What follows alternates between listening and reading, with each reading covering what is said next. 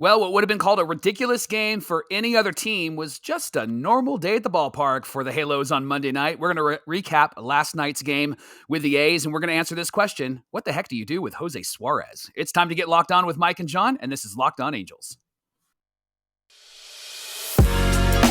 You are Locked On Angels, your daily Los Angeles Angels podcast. Part of the Locked On Podcast Network, your team every day. Thanks for making Locked On Angels your first listen of the day. You can find us anywhere you get podcasts, including Apple Podcasts and Spotify. And the best way to help us out is by giving us a rate and a review. And those watching on YouTube, make sure that you're subscribed and click the bell to be notified every time a new episode drops. Thank you for being here for this episode of Locked On Angels, where it's your team every day. You've got the Frisch Brothers here with you, a.k.a. the Super Halo Bros. My name is John, and that's my brother Mike. And my name is Mike, and that's my brother John. Mike, you can take your positivity and stuff it, because I got nothing nice to say about this team today. Good. And everybody thinks that we can't keep it real, and we're about to keep it real for you. Yeah. Hey, we've been fans of this team for years through all of the miserableness that they put us through. More than just this last decade, actually. We were around when they used to be good. Remember those days, Mike, when they used to be good? No, those days are long gone. Long gone. It's our second season here at Locked On Angels. Today's show, we're going to give you an update on Jared Walsh, Max Stassi, and tell you why Mike thinks Edgar Quero should be called up from Double-A. How about that? But we got to recap last night's game. Classic Angels, I guess you could say, because that's just the way the cookie crumbles with this stupid team. Yeah, and that's the right word, stupid team. That's a way to keep it clean. 11-10, they lose. They're down 7-1, and they come back. Then they're down 11-8, and they try to make a comeback. And Luis Rengifo decides that he is going to ruin this game single-handedly, although he didn't do it single-handedly. It was a lot of other players. But Rengifo throwing to third, Rengifo cutting off a double play potential, Rengifo trying to stretch a single into a double, which shouldn't have been stretched into a double at all. Why is this? Meanwhile, Gio Urshela is just sitting on the bench. That's right. All. Why is this AAA player in the lineup? I don't understand that. With Gio Urshela on the bench, he should be hitting. And then it was ugly at the start, Johnny. Jose Suarez, 5 home runs, 7 total runs. It looked like slow pitch softball out there. I mean, he was literally underhanding pitches, it felt like. First 3 innings were terrible, and then the last 2, he got 5 innings, miraculously. And the last 2 innings, he was much improved. What happened, John?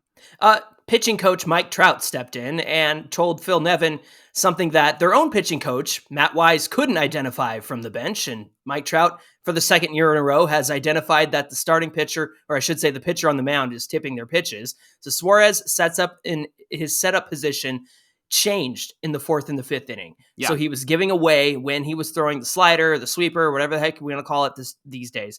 And this is important because his setup prior to that was giving a clue as to what pitch he was throwing. The fastball hand positioned on top of the ball, the off-speed hand on the side of the ball or under the ball, and you could see it in his glove. You could see a gap in his glove. The lower position was showing this, and the higher position hides it, and so Trouty called it out, and he did it again. And Matt Wise, what do you even do? I'm going to quote, I think you should leave here.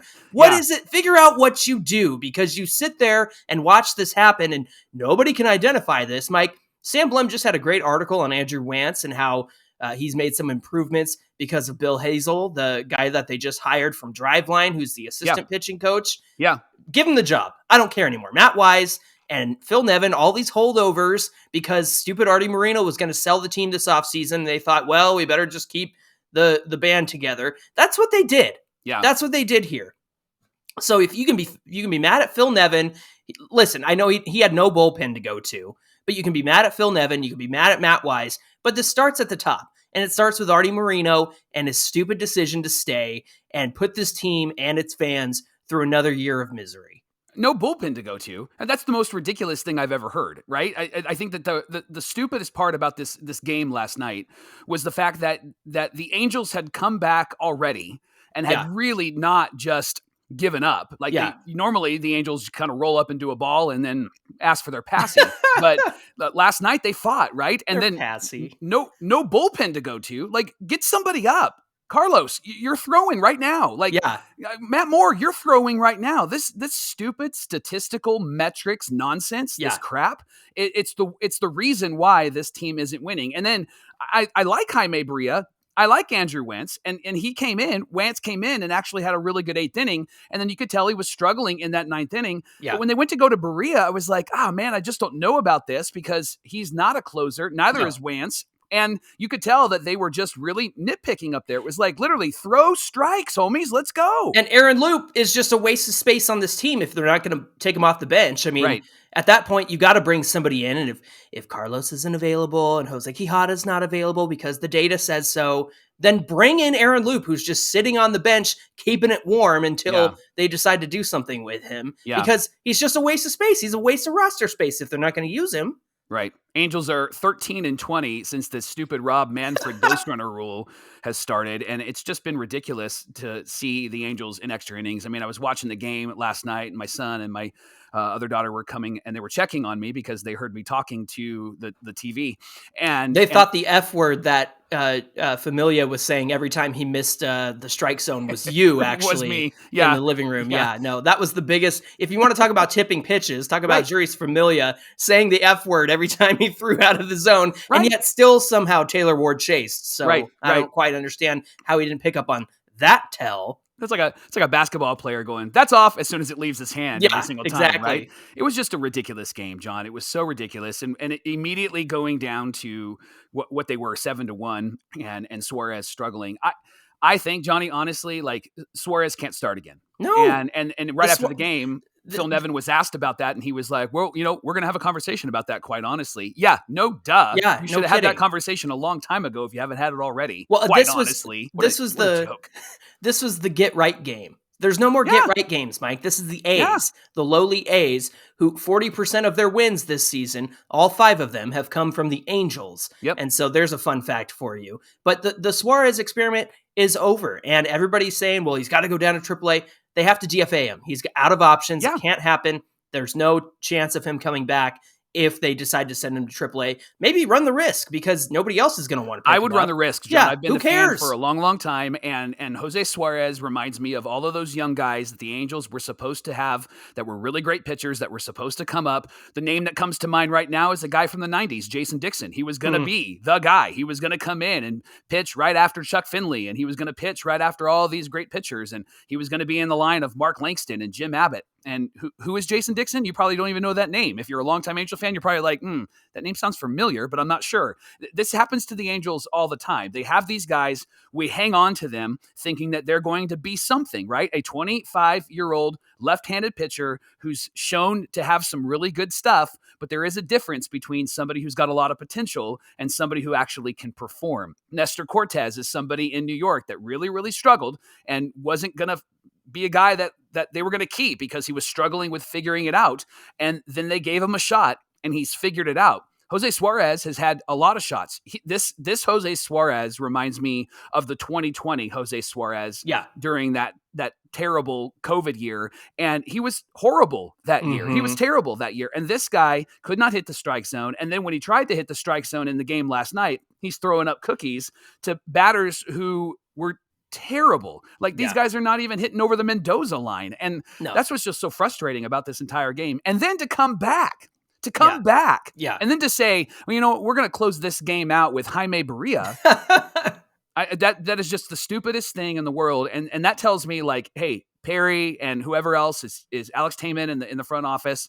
There's got to be moments where Phil Nevin can just use his gut to make a decision, because I even felt it as a fan. I'm like, you got to go get somebody to shut this down and then give them the night off tomorrow or give them 2 days off tomorrow. But they're major league freaking pitchers. Come on. You threw 18 pitches. Estevez didn't even throw that many pitches in the last game. No. And so all of this is just, it's so frustrating. I hate this team. Do your job. Good grief, people. Yes. Nevin, do your job. Bullpen guys, do your job. Perry Manasian, let people do their job. Listen, lots of interesting things happened with Taylor Ward robbing that grand slam, which was great to see. Of course, all goes for naught. By the way, stupid fan. That guy was going to be famous if he tried to get that ball. And then he threw a fit after he missed the ball. Like, I know. You got to know what's happening in the game, homie. Like that was going to be a Bartman play, because that was just ridiculous. That guy would have been crushed on social media if he caught that ball. He would have jumped around and all. Oh man, I was so frustrated with that guy. Now, so frustrated. Brandon Drury got his Silver Slugger award on Sunday, and then he said, Oh yeah, I do know how to hit. I remember hitting. Remember hitting? Good on him. Two home runs in the game, 4 RBIs. Neto has 2 RBIs, a hit by pitch. The 6-1, by the way. Wallach has a home run and a 2 RBI game. Ward saves a grand slam. Wallach gets pinch hit for some reason with Matt Theis, who fortunately walked, right? Yeah. Even though Wallach has a home run and a 2 RBI game. And even if he got on base, Mike, you could have had Brett Phillips run for him and Matt Theis come in to catch after that, but you run out of catchers in this situation. Renfroe saves a run in the 9th. Mike, it's all for naught. You got mental mistakes. You got mental errors from Luis Rengifo. You've got these decisions that Phil Nevin is making that you don't know if it's Perry Manassian and the analytics department. Something's got to give here. It's just so ridiculous. And so if you're looking for positivity about this game, there's just none here. Not today. We've got more of that later on because we've got some interesting topics, of course. Now, if you're still a fan like us, unfortunately, the Angels are 11-12. They play the A's tonight, 6:38 Pacific time. You can catch every pitch of the hometown broadcast with SiriusXM on the SXM app. You just search Angels, and coming up, we'll give you an update on Jared Walsh and Max Stassi. Mike's got 4 reasons why he thinks the Angels should call up Edgar Quero. Mike, I think that's ridiculous, but I'm looking forward to hearing your explanation. Locked On Angels is brought to you by BetterHelp. Ironically, this is perfect for Angel fans. Getting to know yourself can be a lifelong process, especially because we're always growing and changing. This is why you should give online therapy a try at BetterHelp.com/LockedOnMLB. Therapy is all about deepening your self-awareness and understanding, probably helping you to find a new team to root for.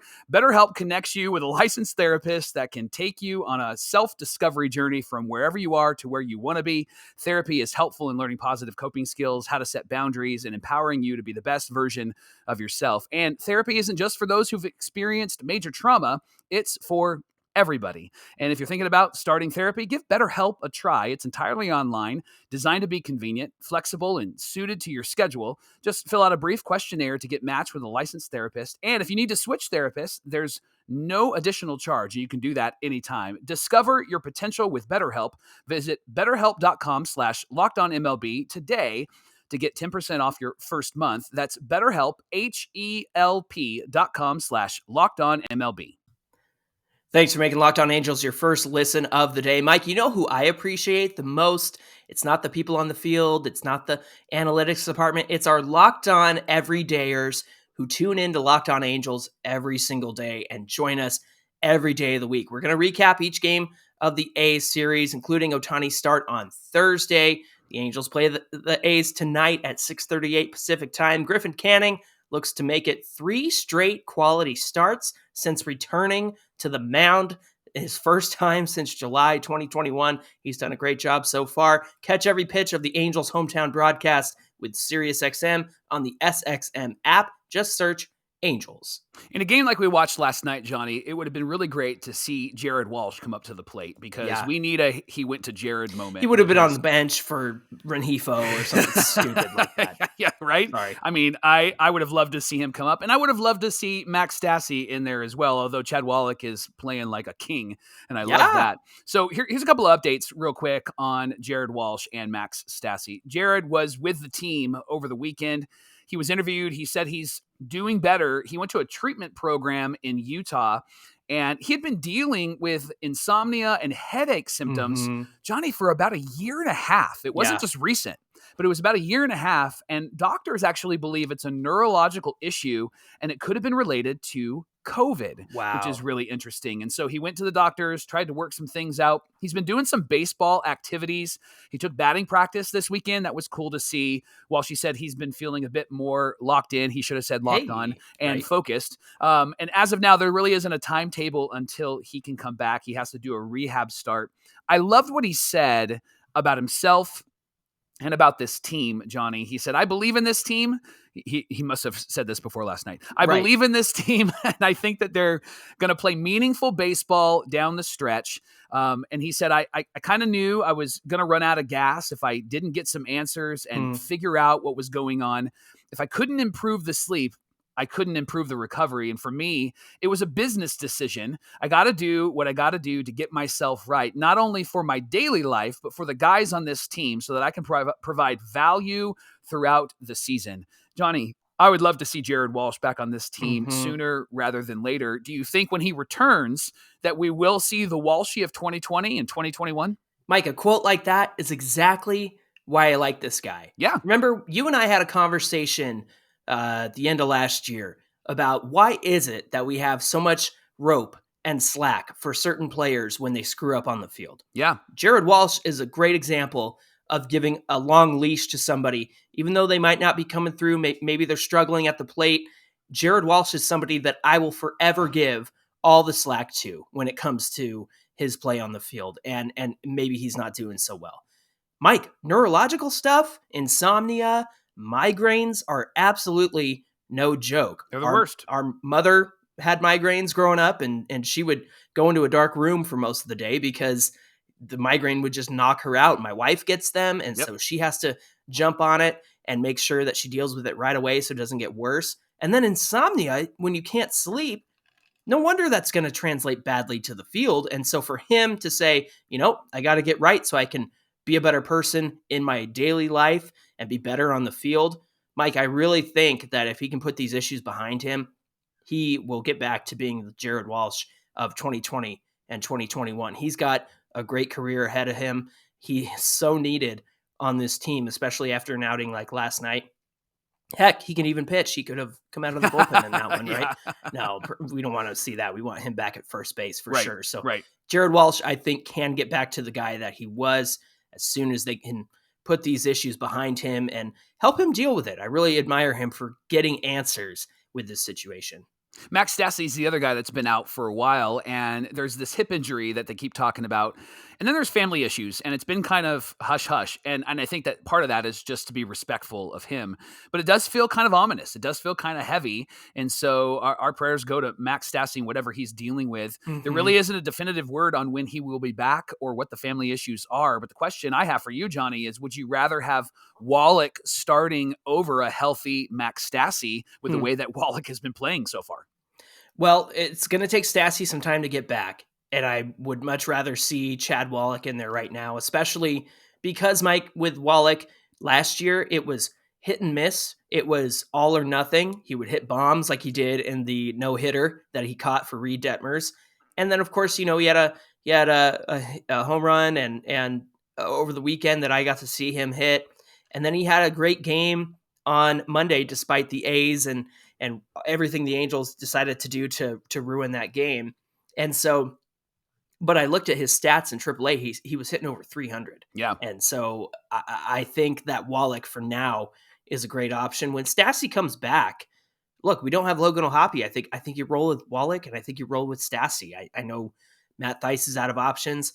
He's probably another candidate that nobody's going to jump at the chance to get him. Right. Kind of like with Jose Suarez. Mike, I'm just so sick of the wrong guys being on this team. Yeah. I want guys who want to be there and produce and have results. And so far, the results aren't there when it comes to certain starting pitchers, when it comes to position players on the field. And you think about like Matt Thaiss, and then you bring up Wallach, and what does he do? He hits a home run in his first game. The only offense of the game that won the Angels that Royals game on Friday that I was at. I'm going to keep saying that. But Mike, there's a lot of decisions that need to be made here in terms of who's producing, who is actually contributing to the team. Somebody like Luis Rengifo, look, we took David Fletcher off the 40-man to make room for somebody here. I would have wanted to see Fletcher in last night's game, especially against the A's, because he always crushes the A's. And I know this is a Walsh and Stassi conversation, but sooner or later, you're going to have to make some decisions about your roster. Who's contributing, who's not contributing. Once these two get back, I think you roll with Walsh at first base. I think you put Jake Lamb down in AAA if he accepts that assignment, which I think he would. And then Max Stassi and Chad Wallach as your two catchers this season. Both veteran guys, both guys who have been around the block.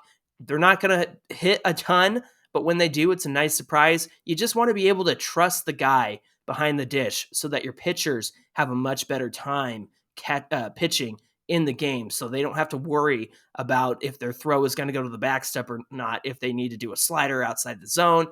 These guys are veterans. I think Stassi and Wallach are my choices for the backstop. Today's show is brought to you by So Rare. So Rare is a revolutionary fantasy baseball game and marketplace transforming fans into owners with officially licensed digital cards featuring players from across all 30 MLB teams. Unlike other fantasy baseball platforms, So Rare managers truly own their fantasy experience, collecting, buying, selling, and competing with player cards against global opponents to win epic rewards. Win or lose, you still own your cards, and there's no cost to play. Plus, the more you win, the more you advance, collecting increasingly powerful cards and accessing next-level competitions and rewards like tickets and merch. It's really cool. Head to sorare.com/lockedon. That's spelled SORARE.com to draft your team of free player cards and set your lineup and start playing today, and you're going to win all sorts of great rewards. Again, it's sorare.com/lockedon to get started playing today. All right, we're going to turn our conversation to something positive. There you go, positive people. We'll give it to you. I know that you're here for it.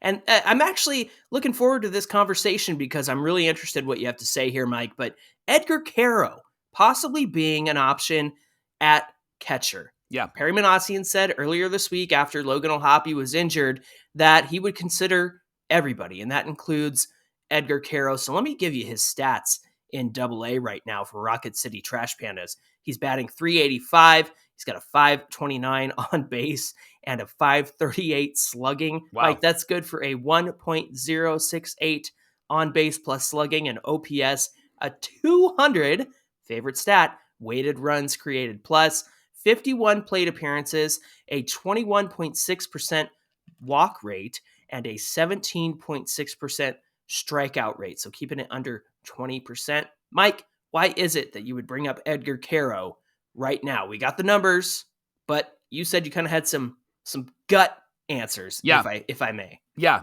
So this team is under pressure, and you can see that. You can see that they're making mental mistakes. You can see that they're struggling with runners in scoring position.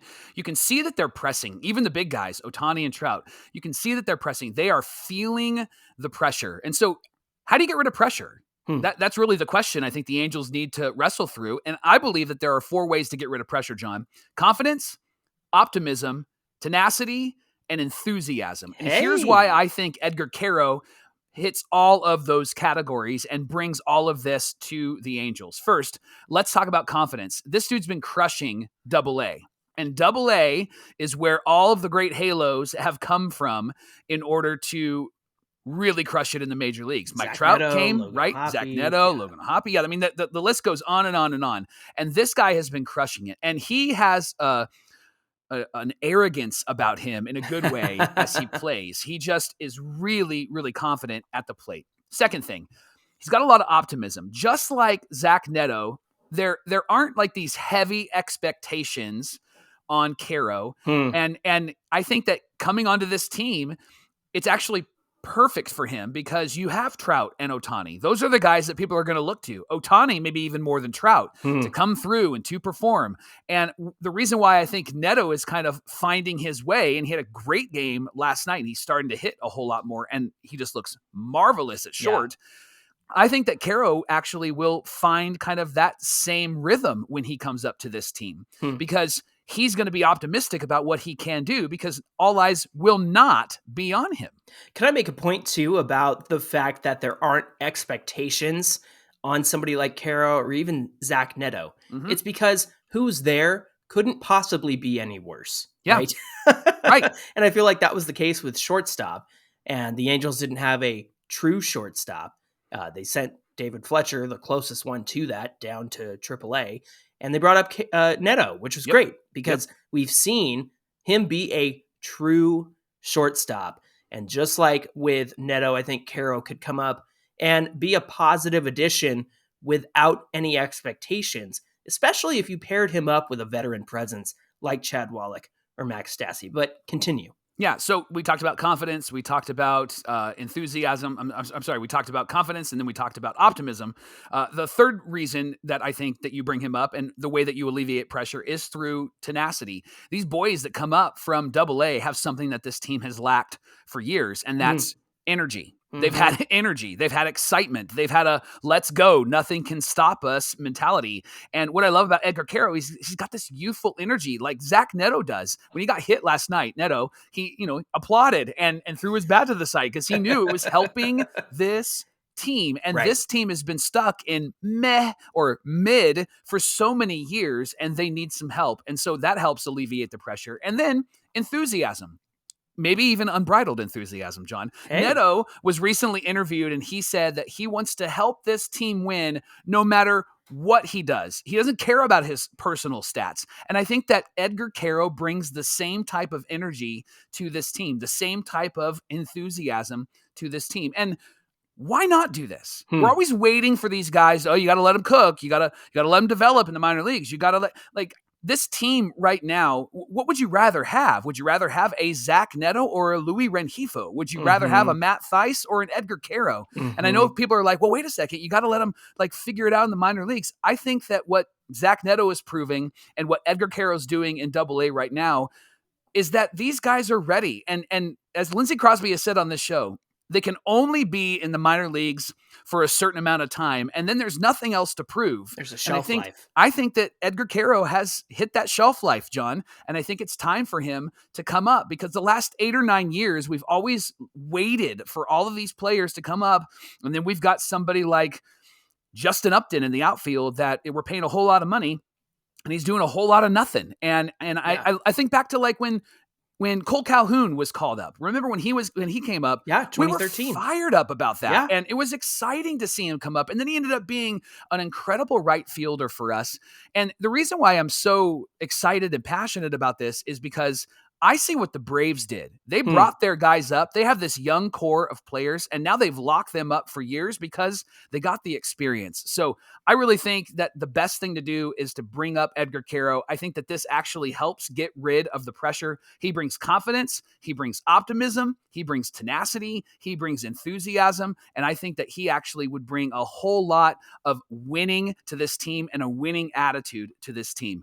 Bring him up. Have Wallach back him up. Let him impact this team offensively and let him grow defensively. Those are my thoughts. What do you say? That's a good point about the defense. I think that's the one area in which he's lacking, especially catching somebody like perhaps Shohei Ohtani when he throws 100 in there. I think that's the one area in which Edgar Quero is currently struggling with. So perhaps you would have Ohtani pair up with Chad Wallach like he did last Friday at the game that I was at where they won because I was there. I'm going to keep bringing it up. It's like the Baltimore Orioles. I'm going to keep bringing it up. So I think that's the one area in which Edgar Quero can grow, which is something that can only happen with experience, right? And so if he does come up, I think that we need to be prepared for some defensive miscues, maybe not the pitch framing is quite there. But like I said before, what's the worst that can happen? He's not going to be stabbing at the ball like Matt Thaiss and getting catcher's interference calls on him that cost you the game. The last thing I'll say, and I don't want to gloss over your point about the approach the Halos have taken in the last 8 or 9 years when it comes to prospects and players coming up. You're saying they should do the opposite. If every instinct they have is wrong, the opposite must be right. I think that's a wise move, my friend. Let's do it. Thanks for making Locked On Angels your first listen today. The Angels play the A's tonight starting at 6:38. Again, Griffin Canning is going to pitch. He went 5 innings in his first 2 starts, so we're hoping he can do it again. Got to get right. Got to take 3 in a row, and they got to start with tonight's game. You can catch every pitch on the Angels' hometown broadcast with SiriusXM on the SXM app. Just search Angels. All right, friends, give us a follow at Locked On Angels on Twitter to get our instant reactions after every game, or at Super Halo Bros on Twitter and Instagram, and even on YouTube if you're watching on YouTube side. Hello, we're glad you're here. Comment below, get into the conversation, and we'll do our best to get back to you. Hey, Mike, what do we have on deck for tomorrow's show? Well, the Texas Rangers are looking fantastic, and their manager, Bruce Bochy, is somebody that one of our Locked On Angel listeners suggested the Angels should hire for this season. That's right. Johnny, what does Boch have that Phil doesn't? We're going to talk about that tomorrow on Locked On Angels. World Series rings. We could start there. There's one point. You just gave away the segment. All right, friends, we hope you'll come back and join us for tomorrow's recap and that conversation about Bruce Bochy and Phil Nevin and what is missing there. Until then, my name is John, and that's my brother Mike. And my name is Mike, and that's my brother John. Can we get a win tonight? And I hate this team. I hate this team, and I hate what they do to me. Yeah. I hate that I love them so much. And I'm going to watch tonight. That's the most ridiculous part. Oh, he's leaving. We'll see you next time, friends.